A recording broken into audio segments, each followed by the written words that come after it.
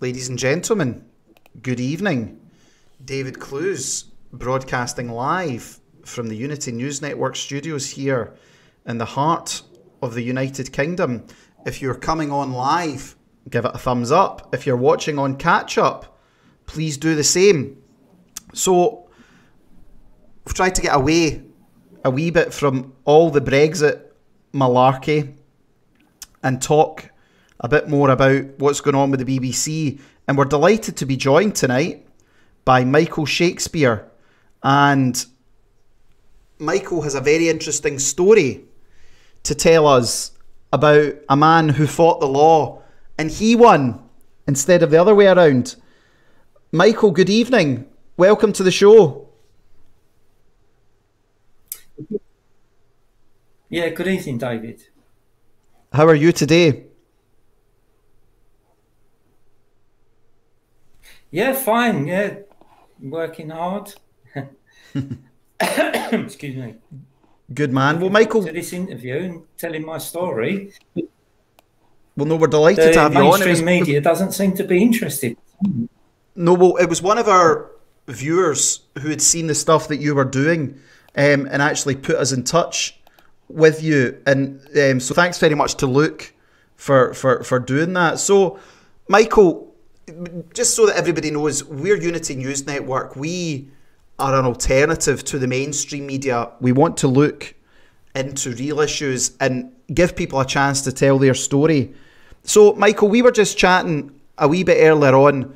Just tell us a bit about yourself and what got you into this situation with the BBC, please.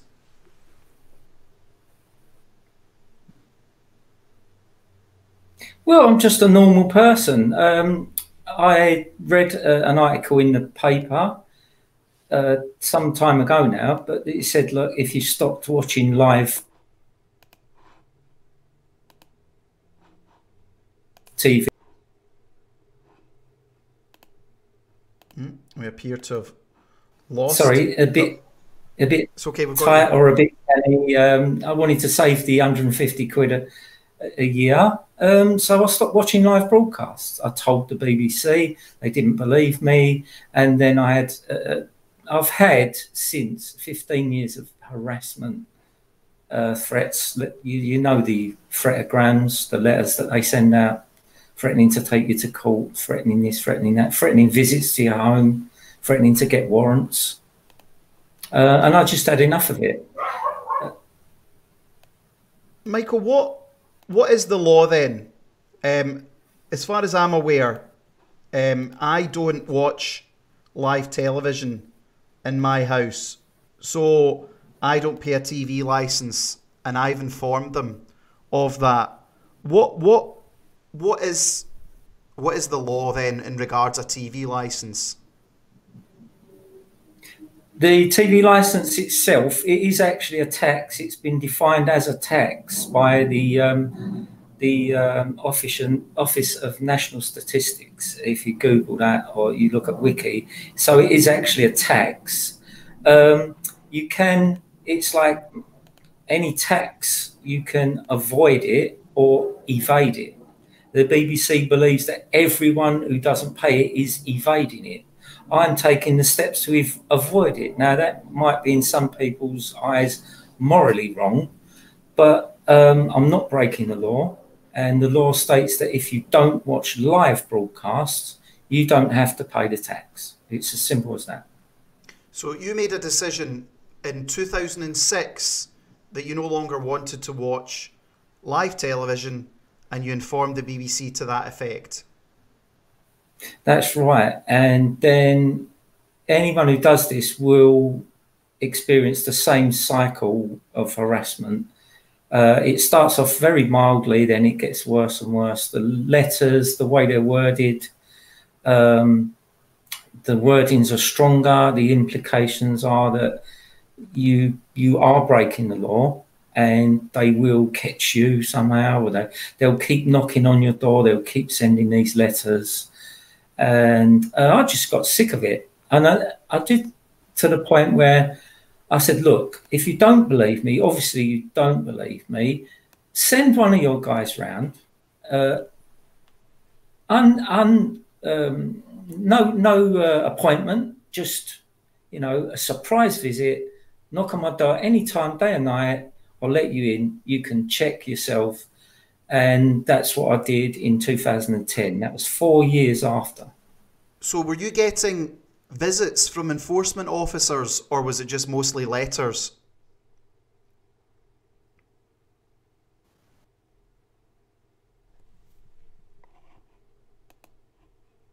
Sorry, I've got a really bad internet connection here. It's all right.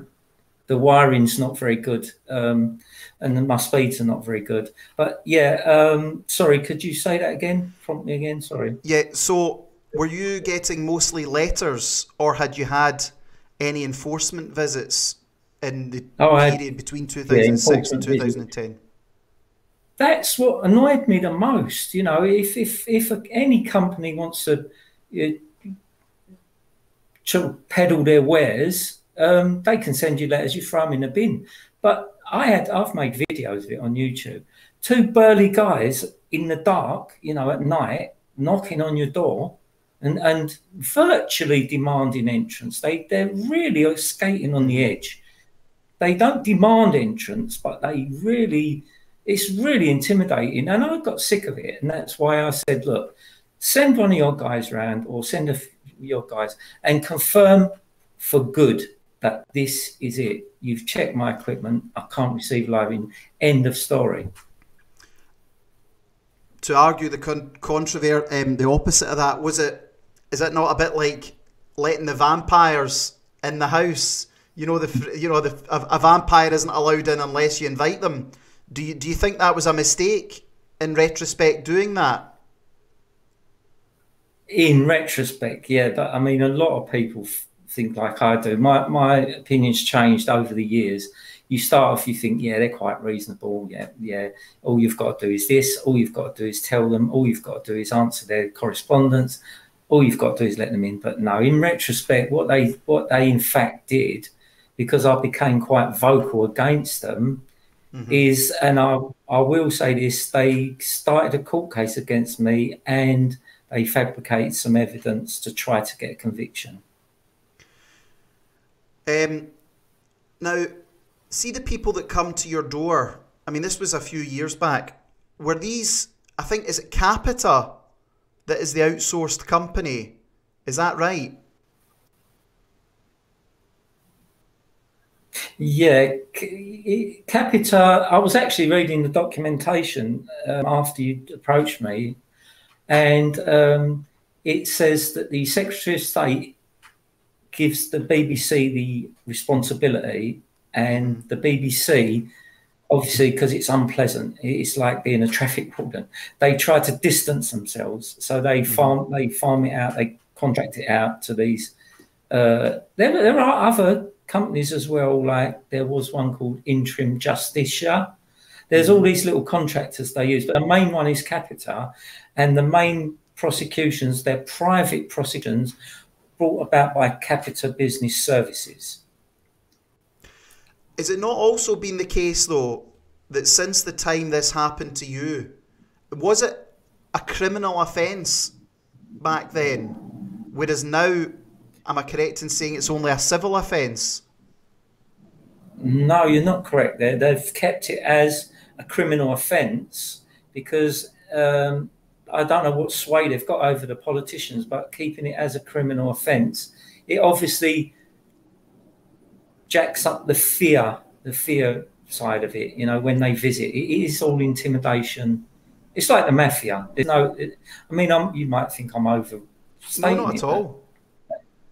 There's no difference in my eyes about the way the BBC work and the way that the mafia work. And I'll explain later on about the actual fabricated evidence. That was a typical sort of mafia type cover-up. Even after they got exposed, they seem to have got away with me following it up and prosecuting them for that. But like I say, I'll explain that. So 2010 comes along and you let them in the house. What happens during that time? Well, to cut it short, he could not get a signal on any equipment. He tested everything, you know, to the nth degree. I even let him look at my PC, which they're not allowed to do by law. But I was really trying to clear this up because it was stressing me out. And I filmed it. And like I say, I put the film on YouTube afterwards. And then I was contacted by the director of operations for Capita. And he falsely stated, actually, I found out that I'd broken the law. I'd not registered as a data controller under Section 10 of the DPA. And all these other things he said. And they really scared me. I'm just a normal guy. I put this on YouTube to mock the guy. They couldn't. The guy was half an hour. He was asking me how to test the equipment, and he couldn't get a signal, a live signal. So therefore, I couldn't be convicted. So what I did after this letter from Cole Shimmield, it was, I pulled the video from YouTube, and I'd forgotten all about it. And 5 months later, I got this summons. And then what happened from there? Well, the summons was actually the whole thrust of the Capita prosecution, the BBC prosecution, was that whilst I was filming this guy, I'd inadvertently filmed an image on one of my what was a blank screen, and this image was, funnily enough, a BBC programme that they knew the exact time, they knew the exact time it was broadcast and stuff like that. And they said this frozen image proved beyond doubt that I was guilty of evasion, and they prosecuted, and the prosecution went ahead on that basis. But well, I can explain if you ask me. Yeah. You know, Please do. Yeah, please explain. Because I'm in danger of rambling, you see, because the case was long. This was a criminal case in a Crown Court. Yeah, they'd originally scheduled it for a day. It went on for 5 days. 5 days for TV licence evasion. It was a joke. I think just Michael, the way we work at UNN is this is not a rushed interview. You're not under any pressure. We're a people's news network, so we want you to tell your side of the story. You weren't evading the licence fee. You actually made a conscious decision that you were going to stop watching live TV in your house. But the BBC immediately assumed, no, you're at it and you're trying to defraud us. And they've gone after you with ruthlessness. So what year was this trial at the Crown Court? 2011. It was. It dragged on because you have pre-trial hearings and adjournments and stuff like that. So the visit was 10 to 210. The trial was 211, and then I appealed because they found me guilty. They just rubber stamped me. The magistrates. They saw the evidence that they put forward and took it all on face value. They didn't examine the source of the evidence. They didn't.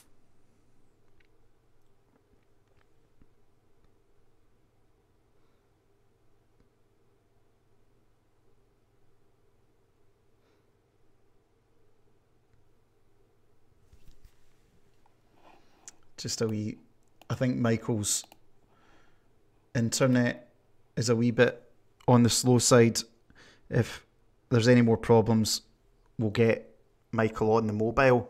I mean, this is quite frightening stuff so far. This is a guy that has been fighting for over a decade now against the BBC, who have gone after them. I think he was having a wee bit of problems with his internet, but he'll come back on. As I said, worst comes to worst. You've got to remember as well, as Michael pointed out earlier, he's just a normal guy. And that's what we're here for, is to give normal people an opportunity to tell their story. Because Michael was also talking to me about the fact that no one in the mainstream media was even prepared to listen to this. So while we're just waiting for Michael, he'll come back on. This happened earlier on. I think his internet just has a few problems. It's the other thing as well, you've got to remember, ladies and gentlemen, yeah, we'll maybe get the phone on. We'll wait another couple of minutes because this happened before. So if he can't come back, we'll just get him on the phone. What was I going to say? The BBC are a monopoly on this, and I've seen the transcripts of his case. Yeah, Vince Ellis says, this man's experience is rare, often to let them in the house. He actually tried to work with them. And sometimes this is the problem. I think he admitted that. When you try and work with the licensing authorities, it's a bit like the police sometimes. You're actually better telling them nothing, because they'll actually try and come after you with, you know, real viciousness. Never had a TV license, never let them in, never gave them my name. Yeah, I mean, fair points. Right, what we'll do is we'll hang on another 2 more minutes, because I think this happened the last time he had some problems with his internet. 125 on, that's brilliant. We'll get Michael back on, don't worry. So everyone just stick with us. Susie Wood says the Brexit Party want to abolish the licence. Is that official policy yet? I haven't seen that yet. I think the issue with Michael, and we'll get on to this, was he admitted to watching catch-up TV. So that's what I'm not sure about, was whether he did the catch-up TV. So what I'm going to do is I'm just going to phone Michael and we'll get him back on, because I know a lot of you want to finish the story with him. So I'm just going to dial him on and I can get him on the mobile. That's why I've always got to have my phone charged. Ding, ding. Hello. Michael, how are you? Yeah, I'm really sorry about that. Where I live, the internet is really bad. Actually, the story is somebody stole the cables, basically. they put a chain around the fibre cables in the ground and drove off and sold them to the scrap man. So basically, we've had real trouble with internet here now. Michael, we can do the rest of the interview over the phone, so don't worry about it. Okay. Is that okay? That's absolutely fine. Live now, then? We're still live. We've got about 100 I'm really sorry. No. Tell everyone who's watching, I'm really sorry about that. Michael, don't apologise. We've got about 140 people on listening, which is brilliant for a Friday night, and it's good numbers. So, Michael, tell us a bit more then. So we've just reached the point that you've been found guilty at the Crown Court. What happens next? Magistrates. At the magistrates. What happens next? I've just appealed. Straight away. I mean, it was a bit of a farce, really, because their case was falling apart in magistrates. And now this is a very important thing. I made a statement of no case to answer. Now, when you make a no case, it means they've finished providing their evidence. They've said their case. They've summed up. I made my case of no case to answer. And the district judge, who was controlling the bench of magistrates, said, what? We can't have this, you know, because my no-case statement was so good, it shot them down in flames, basically. So he allowed them to represent new evidence. Now, that was an abusive process. But the only way to fight that is to appeal. So anyway, that's what happened. They just anyone who goes to magistrates now, they just rubber stamp you as guilty. The BBC man stands up, he's in his suit, he gives this good spiel, and they're so used to rubber stamping these. So many people don't even contest the cases. The magistrates just rubber stamp, oh, he must be guilty, he must be, bang, bang, bang, and that's what happened. So then I put in an appeal to Crown Court. What was your fine for the guilty verdict? £300. Okay.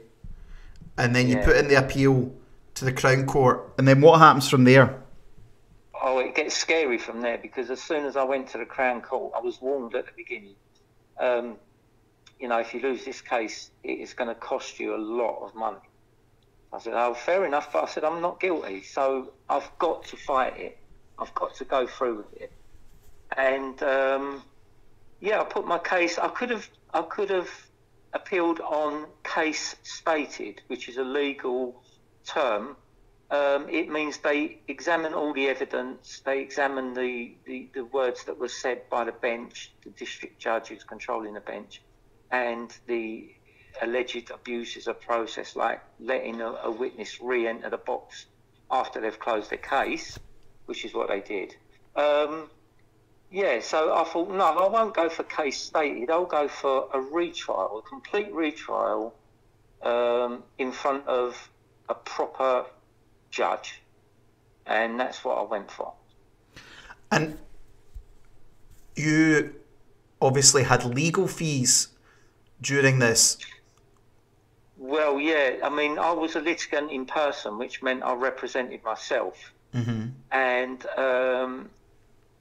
they kept sending me their schedule of costs to try and scare me. So, like, they'd send me a letter saying, do you realise if you lose this case, our costs are now 5,000, 6,000, 7,000, 8,000, 10, 12. I think their costs went up to about 15. So it was all intimidation. Like it's just their standard procedure. They just try to intimidate people. But I couldn't drop the case. I couldn't drop the case because I wasn't guilty. I wasn't going to let it go. Were you watching TV on catch up, Michael? Was that not one of their issues? No. The issue was the total case hinged on this evidence that they'd found on the internet. Now, during the trial, I had to. The evidence goes before the judge, and then it's what they call adduced into evidence. So when the judge accepts it, then it becomes evidence. So they shed loads of stuff before the judge, and they try to get it admitted. Well, one of the things that they'd said, now this piece of evidence that I'm claiming was faked, it was a copy of the filming, and I stress a copy of the filming of Mr. Doyle, his name, visit to my property when he tested the equipment. And on my original video, there's a shot of Mr. Doyle standing in front of a blank screen. But in the evidence they produced a shot of Mr. Doyle standing in front of a screen that had an image of the One Show on it. Right. So they doctored the evidence. Well, that's what everything points towards. I would say definitely we don't know who doctored it, but it was fabricated evidence, undeniably fabricated evidence. Because I had the original footage. So, I mean, but they tried to say in court that I doctored my footage. Now, to counter that, I employed an expert witness, and this expert witness had worked with Ridley Scott on Blade Runner, and he'd had films at the Cannes Film Festival. He said the fabrication was so good, he couldn't tell the original from the fake. He couldn't tell. And I'd employed this guy. I wanted him to come down on my side and say, oh yeah, there's a few pixels out there, or this doesn't line up.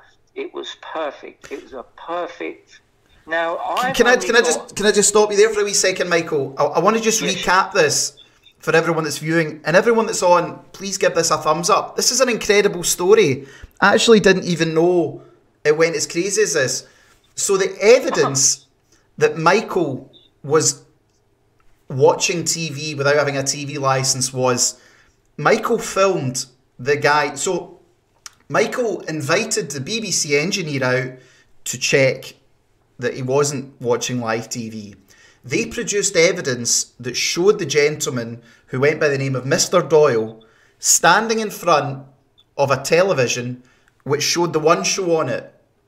And what? Just a frozen blank image. It wasn't a moving image. It was just one frozen frame of the one show. And what Michael did was he had the original footage of this, and actually the BBC had made this up. This is unbelievable. So, to tell us then about this expert then, that worked for Ridley Scott, what did they say about it? Well, he said that he couldn't tell the difference. And look, I've only got NCH, film editing, and if you've looked at my YouTube videos, you would see that I'm not capable of producing, because the BBC actually said that my copy was a fake, and they had that I had removed the image, not that they had inserted the image. Now I'm not capable of doing that. And this guy, his name was Paul Whiffen. He'd actually worked with Ridley Scott. He was recommended via someone. There was a barrister who offered to take the case on for me pro bono, and he recommended this guy. He knew him socially. And I said, well, with respect, I know every single detail of this. When you employ a barrister, they have what they call a brief, and they don't take in every single detail. So under cross-examination or examination of the witnesses, I would be the best person to do that. Not being like big-headed, but I knew every small detail. So, yeah, sorry. Truth Reporter, who I think knows you from the work that you do, he says that Doyle is the guy in the Daily Mail expose when he admitted he stitches people up for the £20 commission. That's right. Yeah. It's all a bed of lies. The whole thing's a bed of lies, because they say, look, our enforcement officers don't work on commission. That's the public statement. That's the PR statement. That's the fishbone hedges. They PR companies that they employ. That's the spokesman's story. But Doyle was actually caught undercover by the Daily Mail telling the truth. He actually said that yes, they do work on commission, and the commission is based on convictions, not it's actually based on convictions. So these people paid money to convict people. These people that come to your door, I actually didn't even know any of this. I think this is unbelievable. Look, I'm telling you, everything I'm telling you can be checked. I believe you. I believe you. I've looked into it, Michael. Yeah. And just to remind everyone, Michael is just an everyday guy, a grandfather who has come up against the machine of the BBC. So the people that come to your door who try and catch you out get a commission for every conviction that there is. That's right. Yeah, there's a form they use called a 178 form, and basically it's worded in such a way. I don't know if you know that philosophical argument where they say, "When was the last time you stopped beating your wife?" or something. Like that. So Geoffrey Cox used it the other day. Yeah. So it's like, when was the last time you watched live TV? I mean, this form's basically, if you read this form and sign it, you're going to be convicted, because there have been cases of them actually filling the form in after they've left the door. There's been enforcement officers convicted for that. There was a guy called Llewellyn from Wales. You can look these up. I mean, I'm talking to you now off the top of my head, but there was a few guys have been tempted to get their £20 commission by not even filling the forms in and telling lies. Linda, thanks very much for the super chat. Gary, the reason Michael let them in is Michael is a genuine upfront guy, and he experienced 4 years of people coming to his door, of these intimidating letters, and Michael thought, well, I'll do the decent thing, I'll let them in and prove that I wasn't watching it.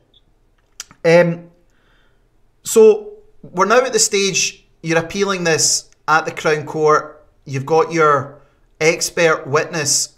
What happens then? Well, I mean, because I knew the facts, and because I knew, like I said, the reason I didn't want to take this free barrister is because the BBC had actually, although they'd fabricated the actual piece of video perfectly, they'd got it wrong. And the way I exposed it in court was like, if you see that film Shooter, where the guy says, I didn't shoot the guy, because he'd filed the filing pin down and he puts the bullet in and he points it and shoots it. There was that kind of moment in court when I made my no case to answer statement after. I let them go on. I wasted their time. I let them 4 days give evidence, cross-examine them. I actually strung it out because I knew that I could prove that the evidence they put forward wouldn't stand up at all. So I quite enjoyed it, actually, I must say. So you had the smoking gun then. It was something I like... had the smoking gun, and they thought they'd done such a good job, but it was the small details, you know. Even the judge thought I was guilty straight off, because the way the courts work, the prosecution puts their case first. They put a really good, convincing case forward, and then they close their case. And by the time they'd finished, you know, slinging all the mud, the judge thought I was guilty. There was a bench of 3. There was a judge and 2 magistrates.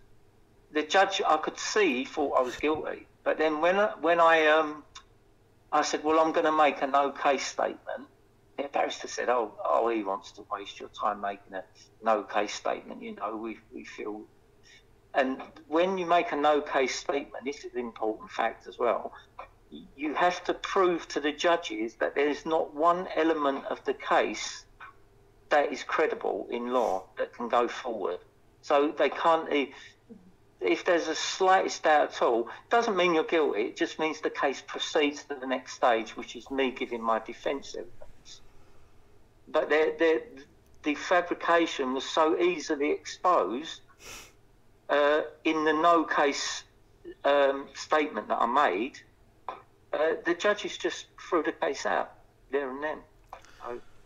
So this was 2011, and the case was thrown out. The actual case, I think, was 2012. 2012. It dragged on. It was November 11, I think, and we were backwards and forwards in court. I sent you some documents. Yeah, I've got that. I sent you the judges summing up and my skeleton argument and my defence statement. What I'm actually going to do, Michael, is, if it's okay with you, I'm going to use all that and I'm going to write an article on this and include this video. Yeah, because it's all there. It's all fact. There was lots of other elements as well to it. There was they said I'd confessed on the phone. Right. How convenient. Yeah. So the guy they made a mistake there as well, because they got the guy that runs the switchboard to come. They got all these lovely printouts of all the calls, and I said, are these calls accurate? He said, yeah, every call's recorded. And then I said, well, are there any calls missing? He said, no, all the calls are recorded. So I said, well, how do you explain this? I produced a letter that I'd written to his boss, Mr. Schimmeld, regarding a conversation that I'd had with him. His name was Owen Shirley. I'd had on the phone with Mr. Shirley on such a date, which they admitted to, but the phone record wasn't there. So, I mean, I haven't got the actual dates in front of me, obviously, but say it was, I spoke to Mr. Shirley on a Wednesday, but there was no record for Wednesday. I'd written a letter to Mr. Schimmeld saying, I'd spoken to your guy, Mr. Shirley, and actually I was praising him up, saying how polite he was and how helpful he was.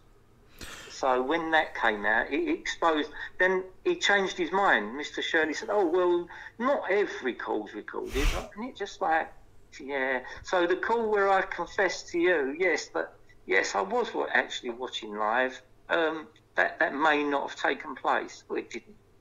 But he had to admit that their records weren't accurate. They honestly tried every dirty trick in the book, and I was absolutely shocked by it.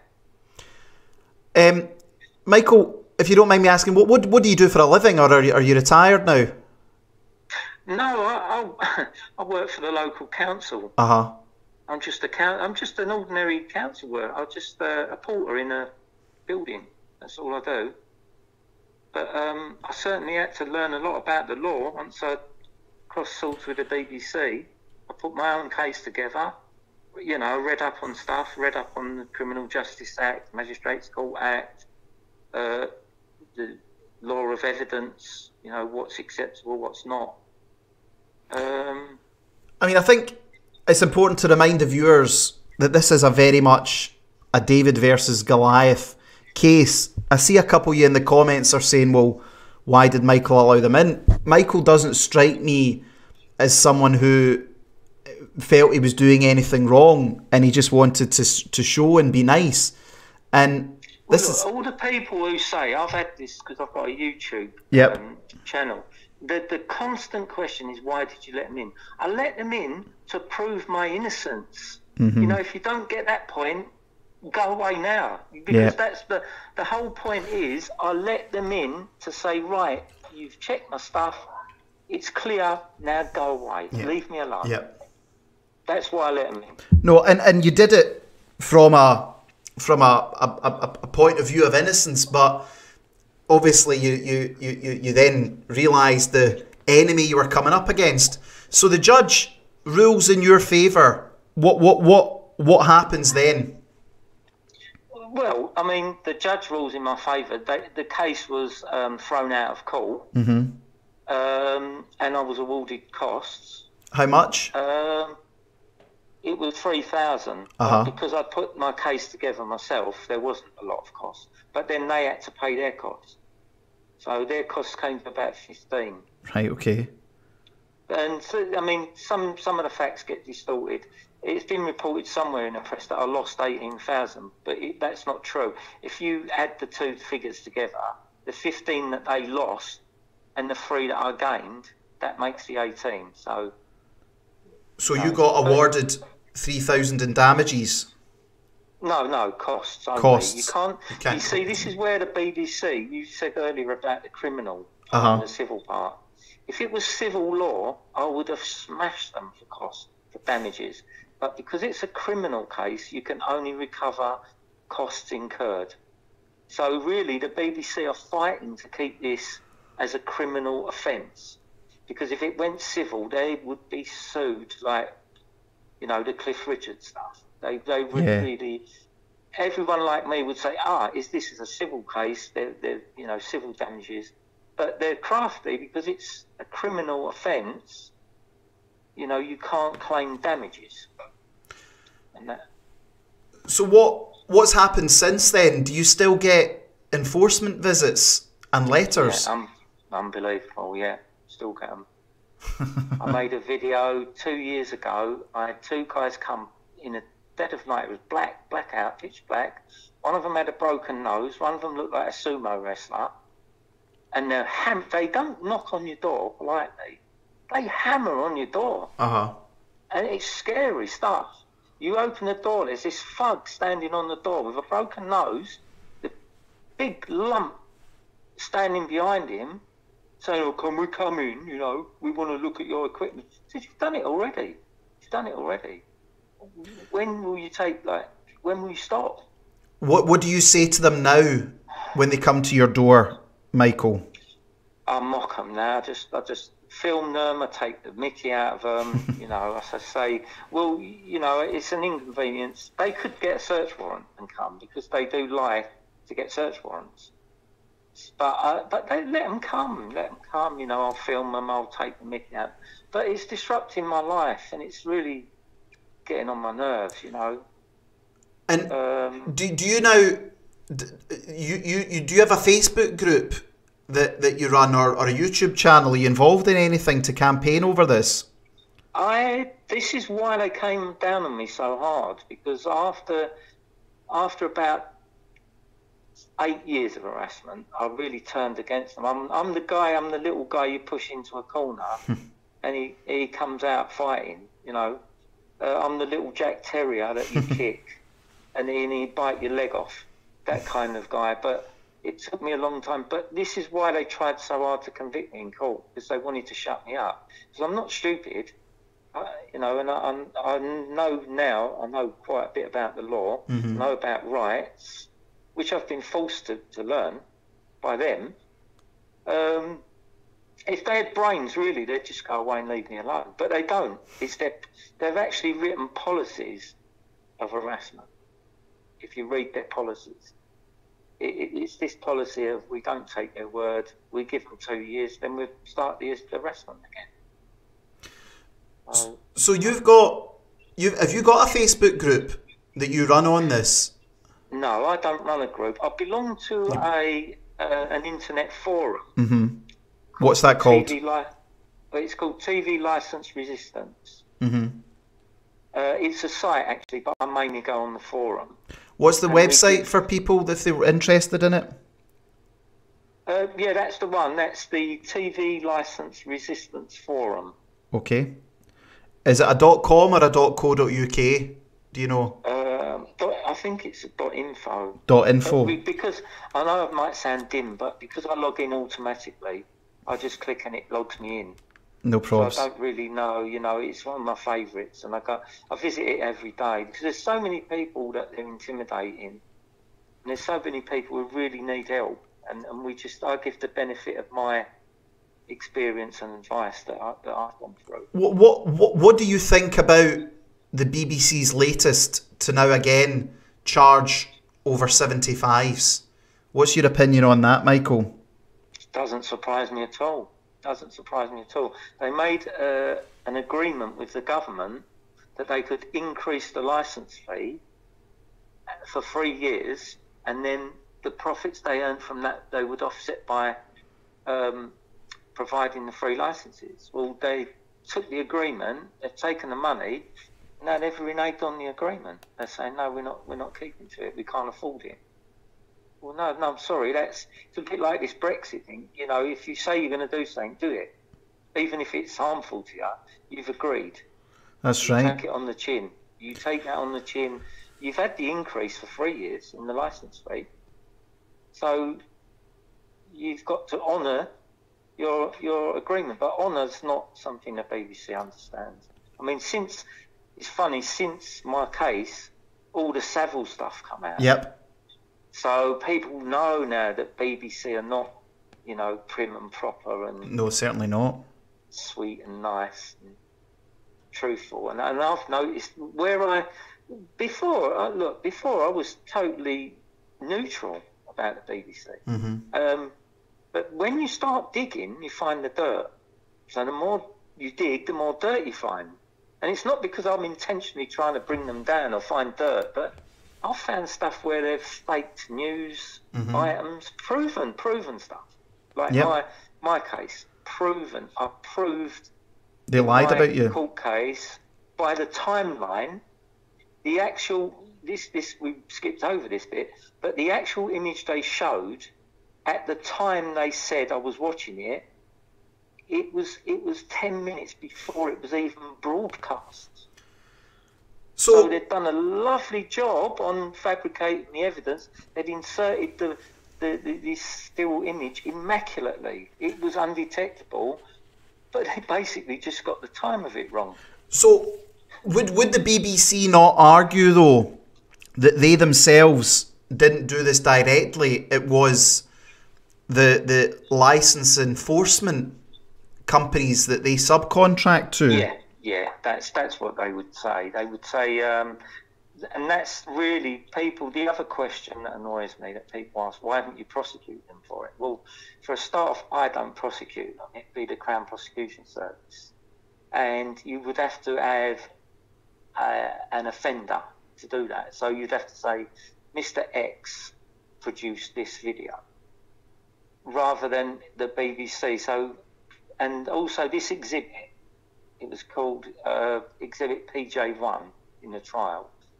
This exhibit came from an unknown source on the internet. They just said, well, we copied it from this URL. Well, the URL showed up, it wasn't that video on the URL, it had been removed. And they said they got it from this YouTube user. They quoted two different names, similar but different. So basically, I couldn't find the source of this video.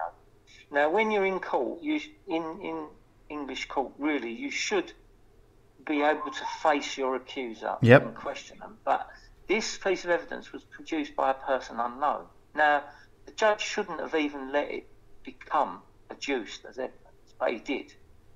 Because they're so, like I say, they're so used to finding people guilty. He looked at me and thought, oh, there's a guilty man just trying to get off. This is a very interesting point, because we talk about this a lot on the channel, and that is the judiciary. People no longer have confidence in the judiciary. And what you're saying, Michael, is from the start, the judiciary just were on the side of the BBC. That was the impression you got. Oh, definitely. I mean, there's paperwork that I've sent you. If you read it, there was about 5 different pre-trial. There was 5 different pre-trial hearings, but I've only sent you the notes on 3 of them. And on the first one, you can see that a judge allowed a witness to object to disclosure of evidence. Now, that's unprecedented. That is an abuse process. A witness against me, who was giving evidence saying this man's guilty, attended a pre-trial hearing, and I asked for disclosure of evidence, mainly emails between their expert witness and the legal team, and he objected to it, and the judge upheld it. Now, I did have another judge who was fair. He said, "What happened here? What's going on?" He was funny. He's like, What's going on? I don't believe this and all. And he said, no, you will disclose this evidence. And I got 208 pages of emails between the head of Capital Legal and the expert witness that they'd employed. And it looked like, my impression from the 208 pages of emails, was that they'd concocted this report that he'd made.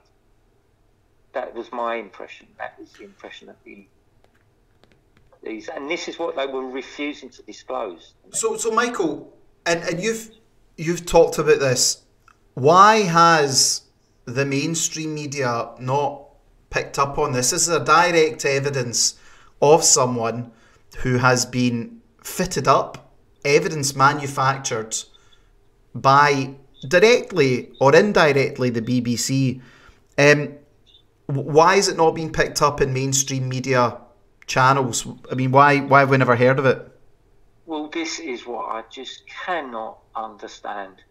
I mean, this is the national broadcaster. This is paid by taxpayers' money, and they're committing a crime themselves, fabricating evidence for a criminal trial, and no one is interested.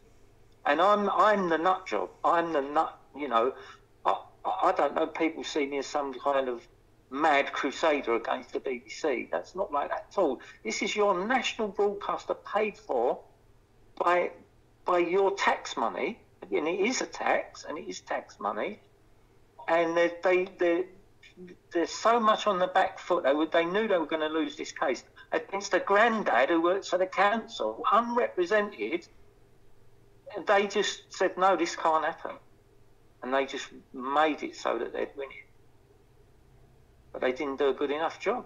And I actually exposed the evidence.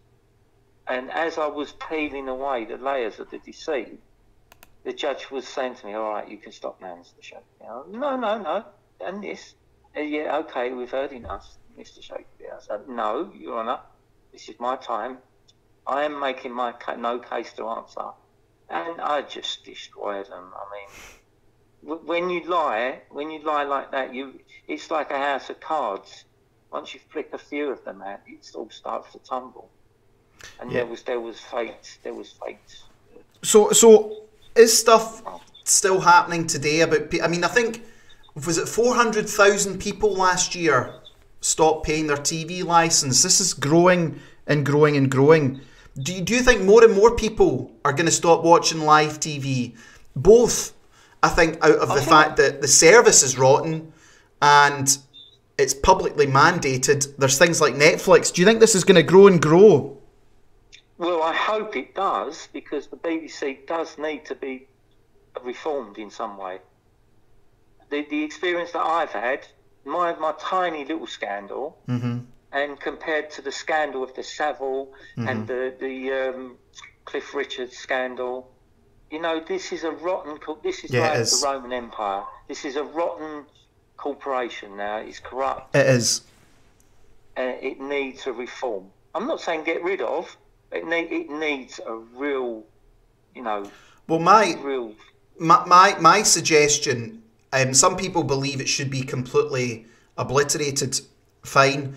The other suggestion is you have a license fee that's dropped to like maybe £20 or £30 a year, or the other option is it's paid for by tax revenue. The point I always make to people, and this is important to remember, your TV license is paid from taxed income. So this is income that you've already paid national insurance on, income tax. You then have to pay your TV license as well from it.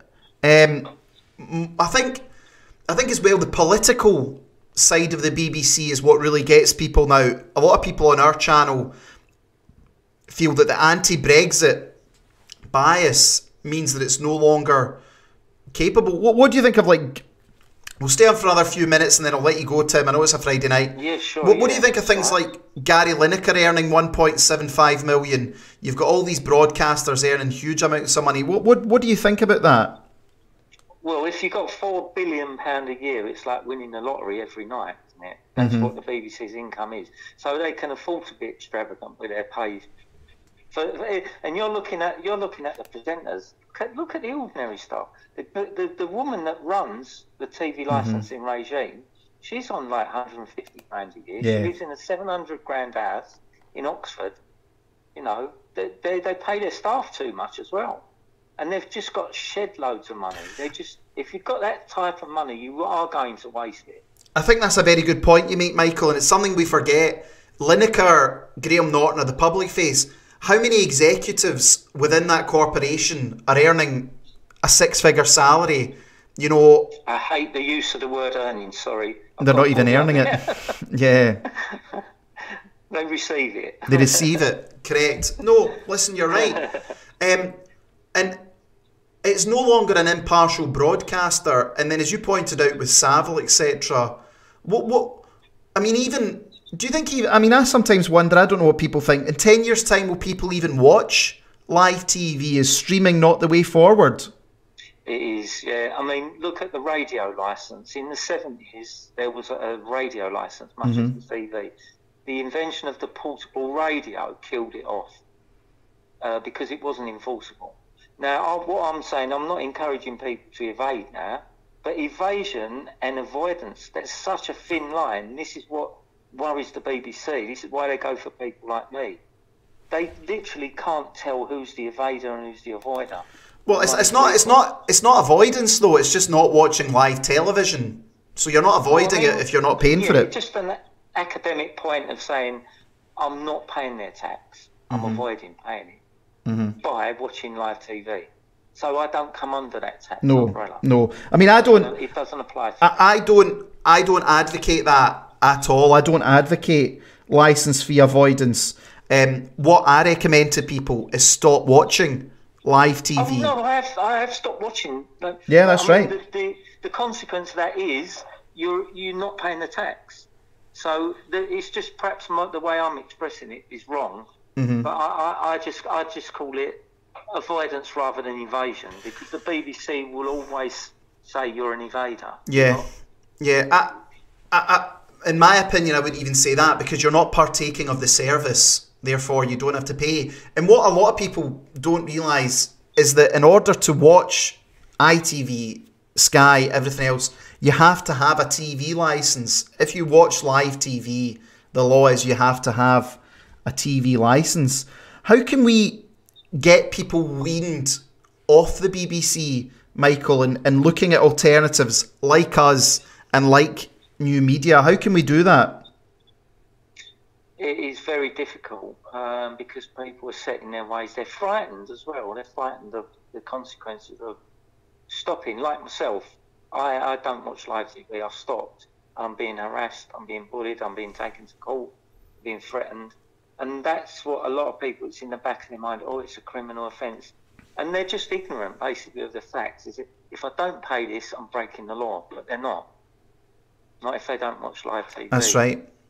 That's right. It is. But then what a lot of the over 75s say is that that's their only link to the external world, and it's terrible. Michael, what's your YouTube channel if people want to go check it out? Well, it's M Shakes 57. That's a variation of my name. It's M for Michael, and then Shakes, SHAKES 57. That's my channel, M Shakes. But the BBC have just pulled a dirty trick on me. They got one of my videos banned for a privacy violation, and it was only me, a monologue of me talking to camera. I mentioned Pippa Doubtfire's name, who's the head of revenues, and the mere fact that I mentioned her name, even though she's a public figure, they complained of a private breach of her privacy. But I'm cooking up a video to expose that as well, because I've got a video of her with her nameplate in front of her attending a public inquiry into what? Guess what? The Doyle scandal. Yeah. So this guy Doyle's big. Well, he is big. Yeah, he's quite big. And he's been naughty. He's been naughty, but I don't think he's been sacked. I don't think he's been sacked because he's so valuable to them. As like an enforcer, if you like to put it that way. As far as I know, and they very cagey about answering. You say, does he still work there? Because he was suspended. I know that, but they don't say that he doesn't work there anymore. They won't tell you if he does or he doesn't. Well, so my view is he still works there, but as a consultant of some kind. Very interesting. Michael, thanks very much for coming on the show. I'll sum up and I'll email you over the video. And have you got any closing words at all for our viewers, Michael? Just like people like you're doing the job of informing people the truth. You're telling people the way it is. You're telling people what they need to do. And like these people, inform them that it's not... You're not breaking the law if you stop watching live TV. Yep. And just like you're doing a better job than me because you've got a wider, you've got a wider reach. I'm still shocked. Your question earlier, why haven't the MSN picked up on it? And I just haven't got the answer to that. Is it corruption? Is it someone put in the chat, and I think it was a very good point, they're just a cabal. They're not going to investigate their own. It's a bit like, I suppose, the mafia, and you've got the different families within the mafia, they tend not to go after one another because, they just end up killing each other. But it's our job to go after them. Yeah, I agree with that. That's what I'm saying. That's my closing thing, is that's our job then. And be strong. Michael, thanks very much for coming on the show, and we'll get you on again, okay? Okay then, all right then. Good man, and keep up the fight. Thanks. I'm sorry about the internet link. Don't be silly. Don't be silly. Take care. Then. See you then. Bye-bye, Michael. Thank you. Bye. So, ladies and gentlemen, that was Mr. Michael Shakespeare, which I found very, very, very interesting. And what you've got to remember is, some people were saying, oh, well, why did you let them in? Etc, etc, etc. Well, some people don't realise just exactly how bad things are, and they're not as social media engaged as we all are. What would I say in conclusion? I think Michael's a genuine guy. He is physically proven in a court of law that the BBC or their goons, or whatever you want to call them, has basically lied and made up evidence against them, and he took them to court and he won. So I say well done, Michael. Thanks, Scott. What I also say to everybody is, wean yourself off watching live television. You have YouTube, you have everything else. Stop giving this propaganda your money. And I say the same about Sky, because Sky is brutal. Sky's worse than the BBC, yet the masses still do it. I want to watch Arsenal versus Liverpool. Stop it. If you care about the future of your country, the media is the biggest impediment because of the... Listen, I was talking about this earlier. I have no problem with media bias. None whatsoever. But don't pretend you're telling the news. And don't have Ofcom, which is supposed to enforce impartiality. Did you see Lewis Goodall doorstepping Dominic Cummings? Do Sky tell you the fact that Lewis Goodall is a former Labour activist and he's written a book about called The Death and Rebirth of Labour Britain? No, they don't. They don't. I have no issue with these channels. I have an issue with the BBC getting $4 billion a year, scaring people into paying their tax or whatever you want to call it. We need choice. There is no choice. There is the BBC, Sky, ITV aren't that bad, and Channel 4, who just spout propaganda. Where is the choice? That's why we're here. The market will provide, and thanks, Jane, I appreciate that. Yeah, this is serious because people don't realise just how important the media battle and war is in all of this. There is not going to be real change until we break that monopoly. And that's why we need news alternatives. And I say we need many more alternatives. I want a myriad of choice for you, the people. Hopefully you'll all still come back to Unity News Network, subscribe to us and buy from our shop. But we need new media on the left, on the right. And new people without these vicious, nasty agendas. Ladies and gentlemen, thanks to everybody that has tuned in tonight. I hope you've enjoyed the show. I found that really interesting. Carl and I will be on Sunday. As ever, if you see, we'll be getting an email out tomorrow updating everyone. If you see any of our products popping up on Facebook or in an email, please buy from us and support the channel. Please support us on the app and subscribe. It's $4.99 a month. It is so important that we waken the masses to the brainwashing and the intentional propaganda that they are facing. I admit to everyone that we are a pro-Brexit news channel. Therefore, our content is geared to Brexit supporters. On our website, we give a full rundown of both Carl and I's background as the owners of this organisation. NewsGuard have given us a 9 out of 10 rating for accountability. Where is the accountability from the MSM? It doesn't exist.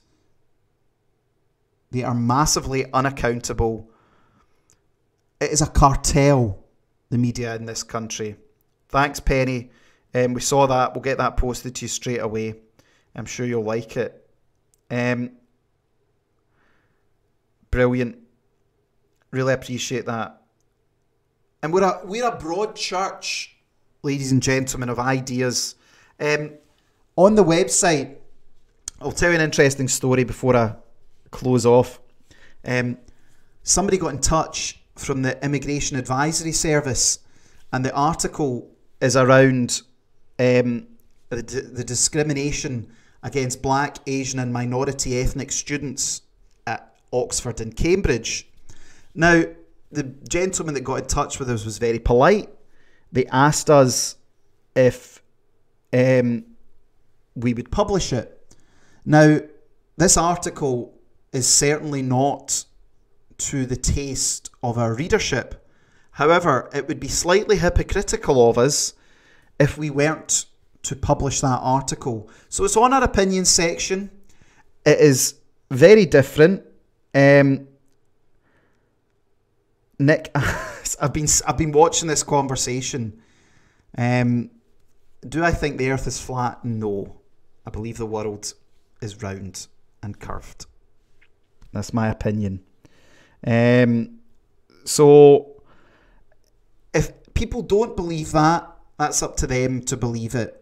I'm not going to judge them for their opinion. I would disagree with it. But if they want to hold that opinion, it's entirely up to them. So, you guys, honestly, listen, thanks very much to everybody who's tuned in tonight.